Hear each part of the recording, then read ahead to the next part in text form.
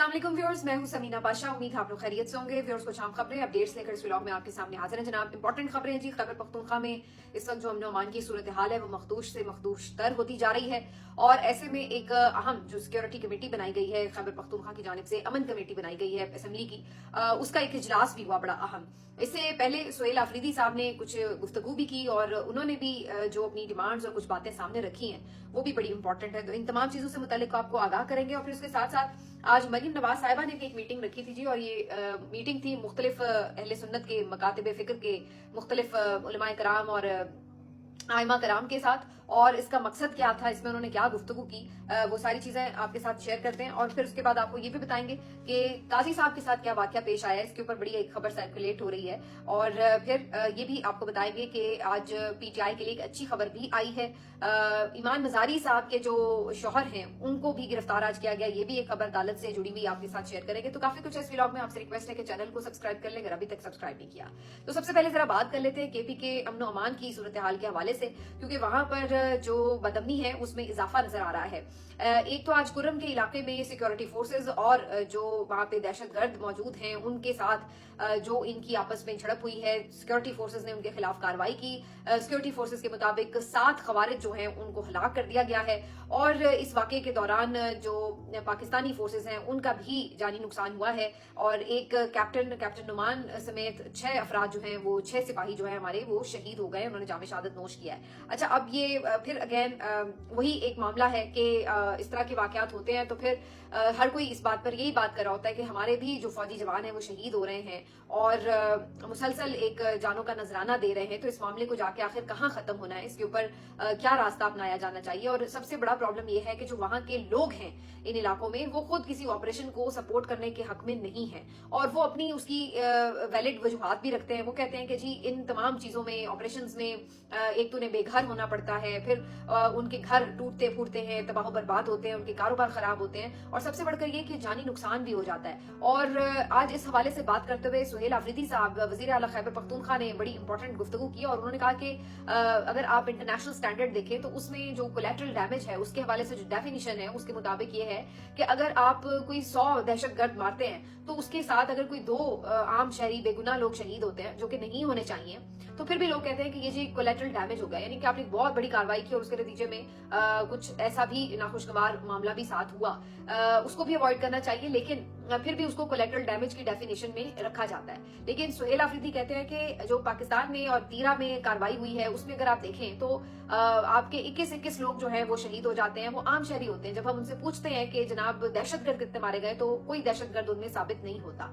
तो ये बहुत बड़ा क्लेम है सुहेल आफरीदी का और उनका ये कहना है कि ज्यादातर जो लोग इसमें शहीद होते हैं उनमें दहशतगर्द बहुत कम होते हैं और ज्यादातर जो है मकामी अफराद शहीद हो जाते हैं। आज भी इसी किस्म का एक वाकया वैसे तीरा में पेश आया है जिसमें एक खातून शहीद हो गई है और एक बच्ची जो है वो जख्मी थी और उसकी फुटेज भी अवेलेबल है, सोशल मीडिया पर देखी जा सकती है। तो यही वो वाकयात हैं कि जिसके खिलाफ केपी हुकूमत भी, वहां के लोग भी बिल्कुल इस ऑपरेशन के हक में नहीं होते और उनका ये कहना है कि ऑपरेशन के नतीजे में दहशतगर्द फायरिंग करें या कोई ब्लास्ट करें तो तब भी आम लोगों का जानी नुकसान होता है और अगर सिक्योरिटी फोर्सेज की तरफ से कार्रवाइयां होती हैं तो उसकी जद में भी अक्सर आम शहरी आ जाते हैं। तो इस तरीके से ये जो मामला है ये बढ़ता चला जा रहा है। पीटीआई का मौक़िफ़ ये है कि इवन आम शहरी भी शहीद हो रहे हैं, सिक्योरिटी फोर्सेस के भी जवान शहीद हो रहे हैं, तो वो भी तो हमारे अपने लोग हैं। तो कोई इस तरह का रास्ता निकालना चाहिए कि जिसमें हमारे जवानों की इस तरह शहादत ना हो। तो वो भी बेसिकली देखा जाए तो पाक फौज से एक हमदर्दी और उसके भलाई के पॉइंट ऑफ व्यू से ये सोचते हैं। उनका रास्ता मुख्तलिफ हो सकता है लेकिन ऐसा तो नहीं कि वो पाक फौज को नुकसान पहुंचाना चाहते हैं। वो तो चाहते हैं कि पाकिस्तान के जो जवान हैं पाक फौज में हैं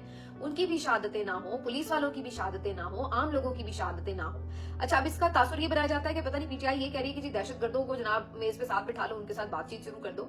तो पीटीआई इसके ऊपर ये नहीं कहती। पीटीआई ये कह रही है कि जो वहां के लोग हैं, जो अमायदीन हैं, उनको साथ मिलाकर, उनके साथ बिठाकर एक आप स्ट्रेटेजी बनाएं और उसमें जितने भी स्टेक होल्डर्स हैं, जिसमें वफाकी हुकूमत भी है, सूबाई हुकूमत भी है, इलाका अमायदीन भी है, अफगान हुकूमत भी है और इसके साथ साथ जो आपके सिक्योरिटी के इदारे वो भी, तो आप उसके ऊपर जो है वो एक स्ट्रेटेजी बनाएं। फिर जो लोग फिर भी इन तमाम जरगों की सूरत में जो फैसले किए जाए उनके ऊपर कान ना धरें, उनके खिलाफ कार्रवाई भी हो सकती है, और जो उसके नतीजे में खुद ही इलाका छोड़ दें या सरेंडर कर दें तो उनके हवाले से फैसला किया जा सकता है। लेकिन कहने का मकसद ये है कि अगर आप बगैर किसी स्टेक होल्डर को एतमाद में लिए बस अंधाधुंध सिर्फ लड़ाई पर यकीन रखेंगे तो फिर मामला सुलझने के बजाय उलझता जाता है। ये पीटीआई का मौक़िफ़ है, और इसी वजह से जो सुहेल आफरीदी साहब है उन्होंने कैटेगोरिकली कहा कि हम ऑपरेशन की तो बात ही नहीं कर रहे, हम तो अभी सिर्फ कोलैटरल डैमेज की बात करें। इसी पर फिर उन्होंने ये बात की कि हम कानून साजी करेंगे और इसके तहत हम ये यकीनी बनाएंगे कि अगर सिक्योरिटी फोर्सेस की भी कार्रवाई के नतीजे में कोई कोलैटरल डैमेज हो रहा है तो उसके खिलाफ फिर कार्रवाई हो सके, कानूनी तौर पर उसका भी एहतसाब हो सके। अब ये बात यकीनी तौर पर बड़ी नागवार गुजरी होगी वैसे, और उसके साथ उसका एक इजहार जो है वो पता चल जाता है कि जब इस्टेब्लिशमेंट के टाउट सहाफी आके कुछ तर्जुमानी कर रहे होते हैं तो पता चल जाता है कि क्या इस रिएक्शन आ रहा है इसका। और ये हमने फिर देखा भी कि उसके ऊपर जो है इस तरह की रिएक्शंस आए कि जी ये तो दुश्मनों की जबान बोल रहे हैं सुहेल आफरीदी साहब।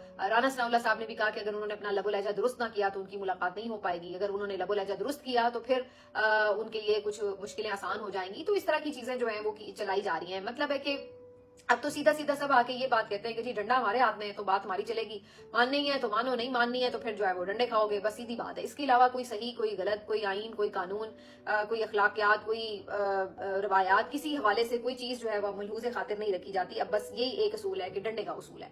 तो बहरहाल अब इस सारी सूरत हाल के बाद जो पीटीआई की तरफ से एक इनिशिएटिव लिया गया था जो कि अच्छा इनिशिएटिव था कि एक अमन कमेटी बनाई गई थी सूबे की पार्लिमानी सियासी जमातों को साथ मिलाकर। इस अमन कमेटी का इजलास भी आज हुआ, उसमें यह तय पाया कि एक मुत्तफिका लाहेअमल तैयार किया जाएगा। जो सबसे खूबसूरत बात थी वो ये थी कि इस कमेटी के बाद ये सब जो बैठे हुए थे, आप देखें अगर तो वो मंजर कितना अच्छा है कि जो अपोजिशन लीडर हैं खैबर पख्तूनख्वा के डॉक्टर इबाद, वो भी साइमल्टेनियसली बिल्कुल साथ बैठे हुए हैं, स्पीकर बाबर सलीम बैठे हुए हैं, वजीर आला बैठे हुए हैं।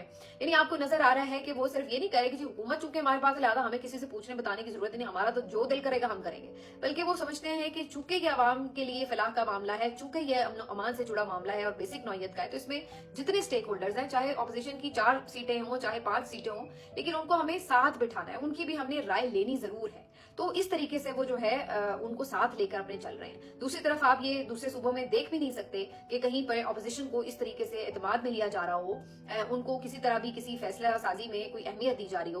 हालांकि ये वो ऑपोजिशन है, यानी जो यहाँ पे केपी की हुकूमत है, वो जो दूसरी जगहों पे ऑपोजिशन है वो ऑलरेडी बेचारी इतनी सप्रेस्ड है, दीवार के साथ लगी हुई है, लेकिन इसके बावजूद भी उनसे ओपिनियन लेने का तकल्लुफ तक नहीं किया जाता। पर अब इस पे आप ये भी सोच रहे होंगे कि जी ऑपोजिशन तो छोड़िए, यहाँ तो ऐसा लग रहा है हुकूमत से भी कोई तकल्लुफ नहीं करता ओपिनियन लेने का।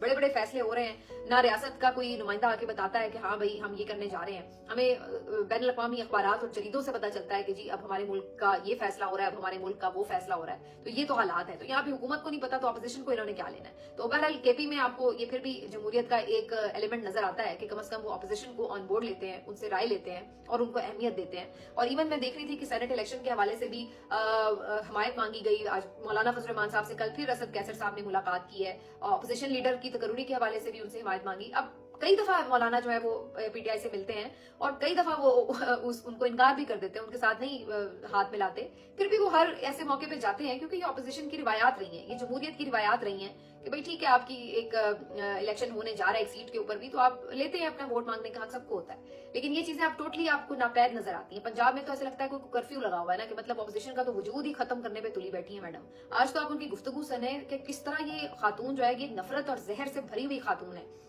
और आज बेसिकली इनका वो उलमाए कराम के साथ एक इंटरेक्शन था और उसमें बेसिकली वजह क्या है इस तरह के इंटरेक्शंस की, ये वजीफे बांटने की, ये अच्छा अपना बड़ा फयूज़ो बरकात वाला और बड़ा कोई दीनी मजहबी अपना पहलू दिखाने का मकसद क्या है? वो ये है कि जो टीएलपी के खिलाफ कार्रवाई हुई है उस